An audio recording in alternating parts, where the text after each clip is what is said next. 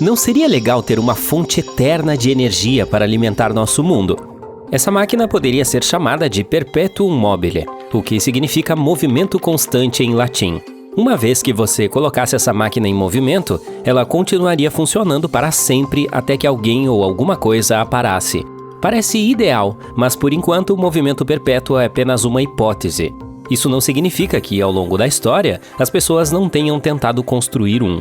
Em 1618, o físico inglês Robert Fludd propôs algo chamado moinho de água de ciclo fechado. Um moinho que nunca para de funcionar, se preferir.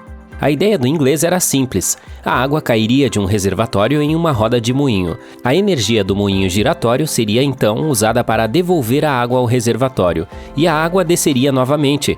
Você entendeu o conceito? Parece bom no papel, mas esse tipo de máquina não funcionaria. A energia da água em queda nunca seria maior do que a energia necessária para levar a água até o reservatório. O físico inglês baseou a ideia no parafuso de Arquimedes. Essa foi uma máquina idealizada pelo famoso inventor grego Arquimedes para Siracusa, na Sicília. Era basicamente um tubo longo que poderia ser usado para remover a água do casco de um navio. Mas uma olhada no projeto revela que a engenhoca teria uma alavanca na parte superior. Uma pessoa teria que girá-la para que a água se movesse a partir da parte inferior. Portanto, dificilmente seria um movimento perpétuo. É por isso que o moinho de água proposto nunca funcionaria. Simplesmente não há energia extra necessária para alimentar a máquina para sempre. Passando do poder da água para o poder do vácuo. Esse é um espaço sem matéria em seu interior. Em 1873, Sir William Crookes descobriu uma máquina de movimento perpétuo que usava o vácuo, o radiômetro de Crookes. Ele era um químico e físico britânico. Foi o pioneiro da tecnologia de tubo de vácuo. Seu dispositivo se assemelhava a um pequeno moinho de vento preso em uma lâmpada de vidro. Em seu interior não havia ar, apenas vácuo. Quando você ilumina as hélices, elas começam a girar. Quanto mais forte a luz, mais rápido o giro.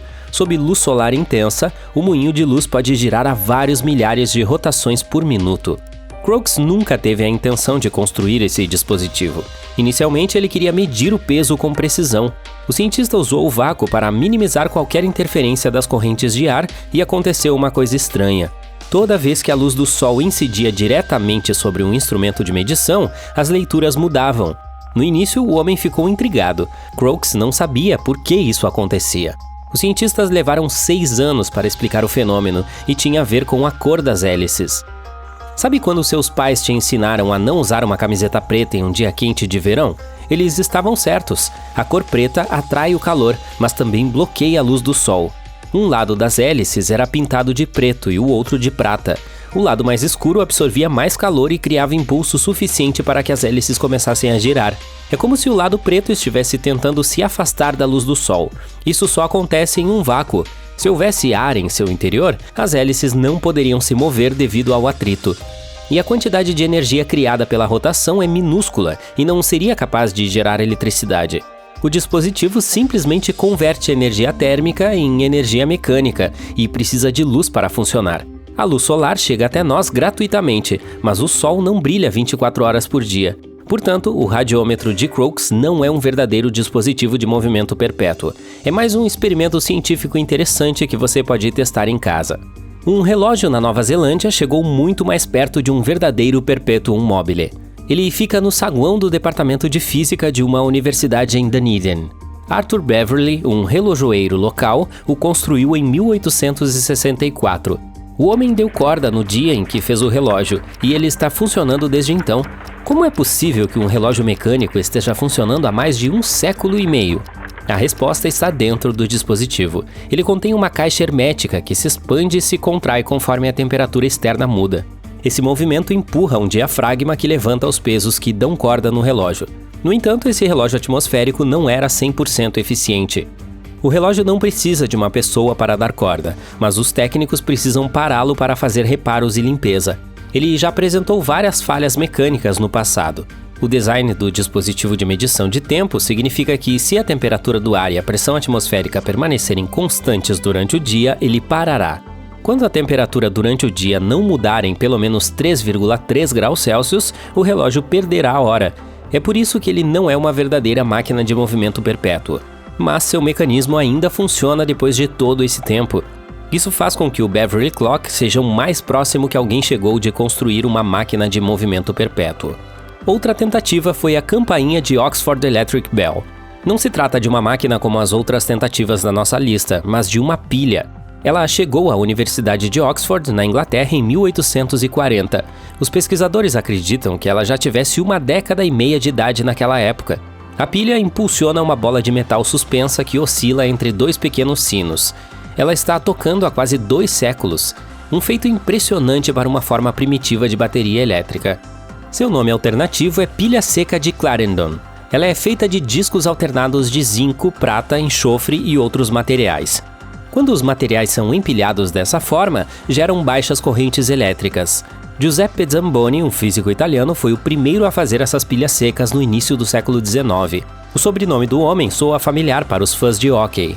Mas o inventor da máquina Zamboni, Frank Zamboni, viveu mais de 1 século depois de seu homônimo italiano. De volta a Oxford, se os sinos estão tocando há tanto tempo, os cientistas receberam reclamações dos vizinhos? Na verdade não, porque o dispositivo é quase inaudível. Por precaução, eles colocaram a engenhoca atrás de 2 paredes de vidro. A campainha de Oxford Electric Bell é o experimento científico em andamento mais antigo da história. É por isso que os pesquisadores resistiram à tentação de desmontá-la. Eles esperarão pacientemente até que a pilha acabe, ou até que o mecanismo quebre por causa da idade avançada. O que acontecer primeiro? Por enquanto, o ar ou o mistério em torno da campainha de Oxford Electric Bell permanece. Pelo menos uma coisa está clara: todas as tentativas de construir uma máquina de movimento perpétuo estão destinadas ao fracasso porque violam as leis da física. A primeira e a segunda leis da termodinâmica, para ser mais preciso. A lei da conservação de energia, que é a primeira lei da termodinâmica, afirma que a energia é sempre conservada. Ela não pode ser criada nem destruída. Ela apenas muda de forma. Por exemplo, quando você acende a luz, a lâmpada converte energia elétrica em energia térmica e, mais importante, em energia luminosa. Para que uma máquina funcione infinitamente, a energia aplicada precisa permanecer na máquina sem nenhuma perda. Parece plausível na teoria, mas na prática é impossível.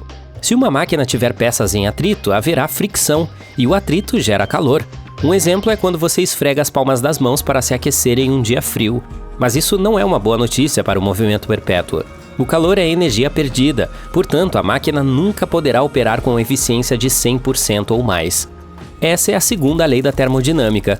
Ela revela que toda vez que a energia é transferida ou transformada, mais e mais dela é perdida.